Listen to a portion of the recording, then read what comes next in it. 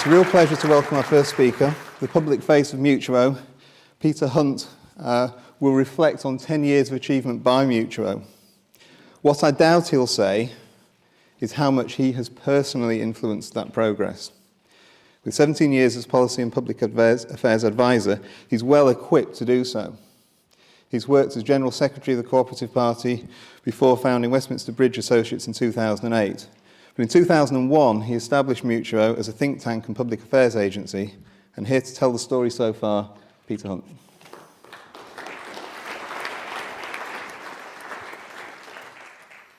Actually, that was my first slide.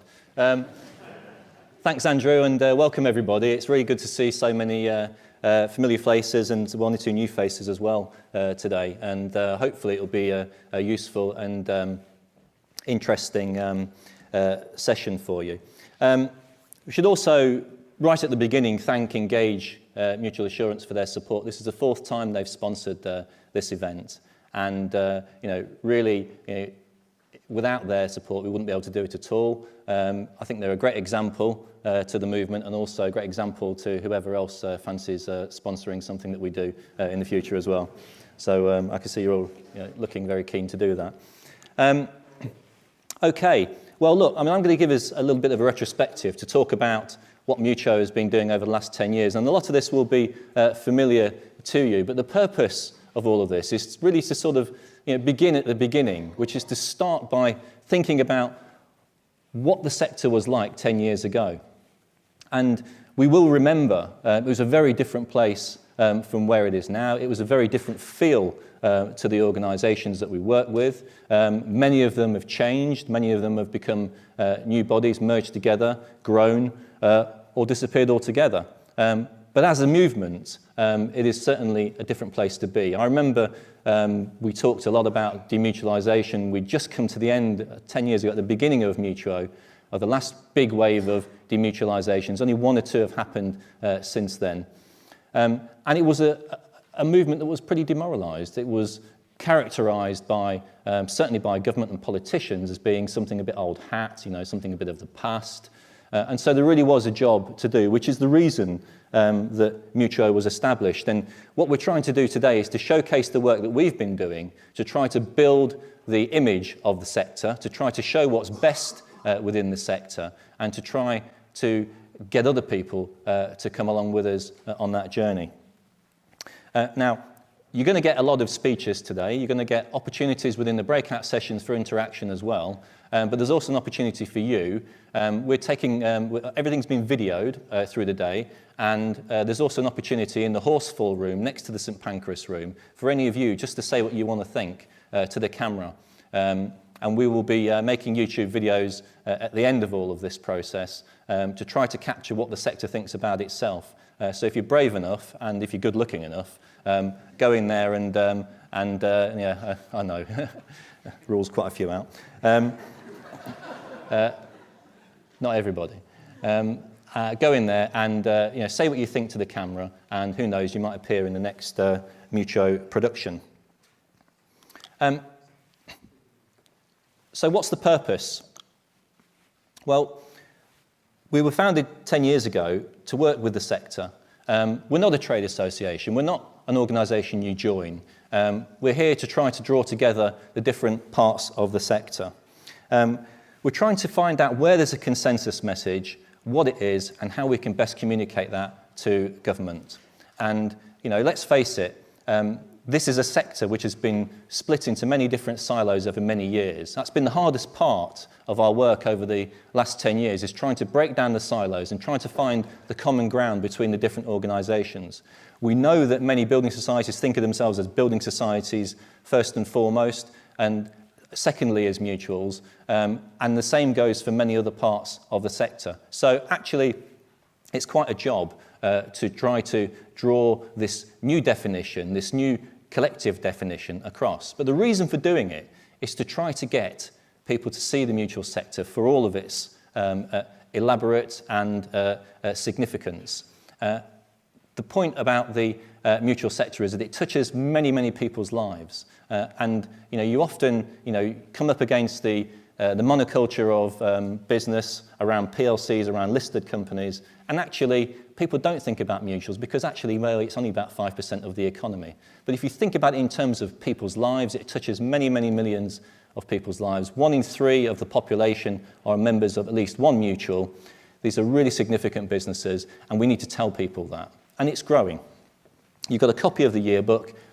Will Davies is going to make some remarks about that in a few moments. But within that, you can see the size of the sector. In an economy that's shrinking, if not flatlining, we have a growing sector with conversions and successful businesses as well. So it's not all about saying these are mutuals, aren't we great? It's also about trying to place our arguments into a different context. You'll hear later from Will Hutton, who's chairing the Commission on Ownership. The reason we're involved in this is because we need to mainstream the things that we're saying. We need to show that what we're talking about is actually relevant to the broader debates around corporate ownership, around corporate behaviour, around value for money and fairness to consumers. These are all things that we feel very strongly about within the mutual sector, but actually they need to be brought into the wider context. When people talk about the failures of corporates, they talk about the behaviour, for example, of News Corporation,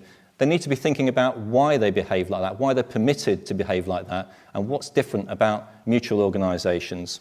So this broader view is a really key part of Mutuo's work. So once you've got the message, you've got the tools, you've got what you want to say, we know what the sectors want to say, we try to put it into a context that's worldly, that's understandable. We've then got to try to influence people. And well, I say this all the time, I say it to anybody who's prepared to listen, but if you want to influence government, you've got to solve their problems for them. There's no point in going to them with a shopping list and saying, these are the things that we want, these are our demands, get on with it please, because they'll just look at you and they might smile and nod, but privately they'll say, why? Why should we do this? What is it? What's in it for us? What's in it for our political process? What's in it for our policy objectives? So what we have to do is to show how the mutual sector is relevant to solving those problems. And you can see how this all starts to fit together when you talk about bringing it into the mainstream and bringing what we're saying into a context that's meaningful to the general public. We think we've been quite successful so far. As I said, 10 years ago, mutuals, woolly, old hat, inefficient, that was what people would say to you. They would parrot this stuff. They don't say that anymore. Each of the political parties at the last general election had very positive commitments to the mutual sector. They all said the right things. Even within the coalition agreement, there is a very important and a very, very significant commitment to promote mutuals. I mean, who would have thought it 10 years ago that would be in a government's programme? But this isn't the end of the story. You can get the message onto the paper. The question really is how you get the message to be taken seriously. And I'll give you an example. If you look at the financial services sector, it's not exactly a job done, is it? Because although we have very good support from the government, very good support from the opposition, very good political words in favour of the mutual sector, at the end of the day, we all need actions to follow that. The All-Party Group for Building Societies and Financial Mutuals held a short inquiry this year, which we published in the summer. And, it's pretty stark reading. It shows that, yes, there is ambition, yes, there is support, but there is very little action to follow that up.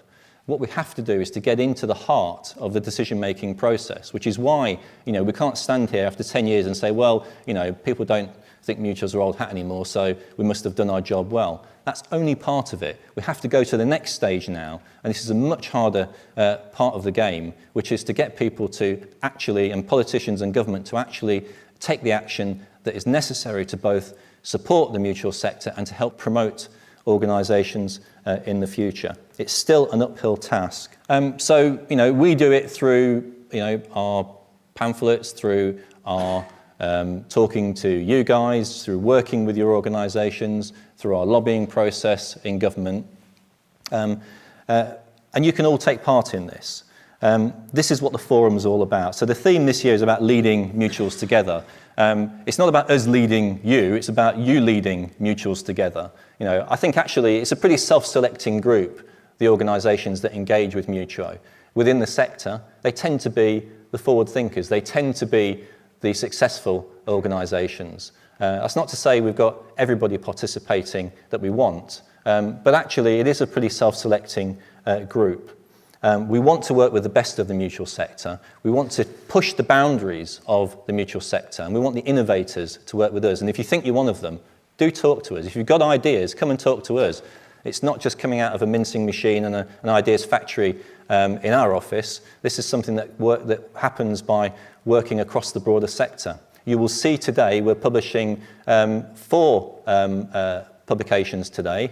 There's a yearbook and 3 other publications which you'll see in the breakout sessions, working with people that are leading in housing, people that are leading in youth services, people that are leading in the health sector. These are the organisations that are driving the boundaries of the mutual sector.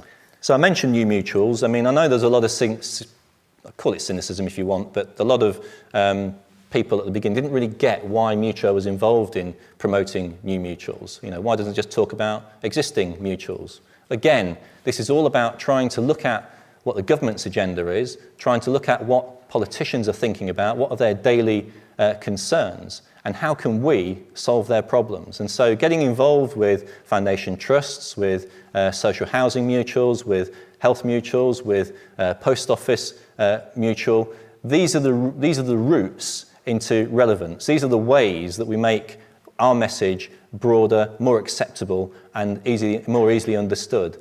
That is, because of that work, we have more chance of people taking us seriously in the day-to-day grind of working with regulators and working with policymakers. So if you're not on the list, you can be. What's interesting about this list of people we've worked with in the last couple of years or so is that they're big and small. St Catherine's Hospice, small, tiny organisation, across to the Cooperative Group, multi-billion pound mutual business, working with government, helping them to see how they can develop their own policies and make them better, but also trying to work out how we, as a movement, can reach out beyond just our usual comfort zone. And what's fascinating about the last 12 months or so is how much international interest there has been. And this is one of the themes, really, you're going to hear about later from Sean from Co-ops UK. Next year is the International Year of the Cooperative. And this is a big opportunity for us to try to spread what we've been doing, to try to share the work we've been doing across the globe, because there's a lot of interest in all of this. Let's face it, it was invented in this country. We should be bold and proud enough to be able to reinvent it and reinvigorate it with our friends and colleagues across the world. So what will you see next? Mutuo Global? Well, hopefully. World domination, when you're standing at one of these lecterns with lights around you and everybody else dimmed, all I need is a white cat and world domination is complete. We do feel that this is something that can run for at least another 10 years. We need your participation. We thank you for participating so far. Anyone who's sponsored anything, just coming along today, it makes a huge difference to us. We hope you enjoy the rest of the day. I'm going to clear off now and you can hear from people who've got something significant to say. So thank you very much.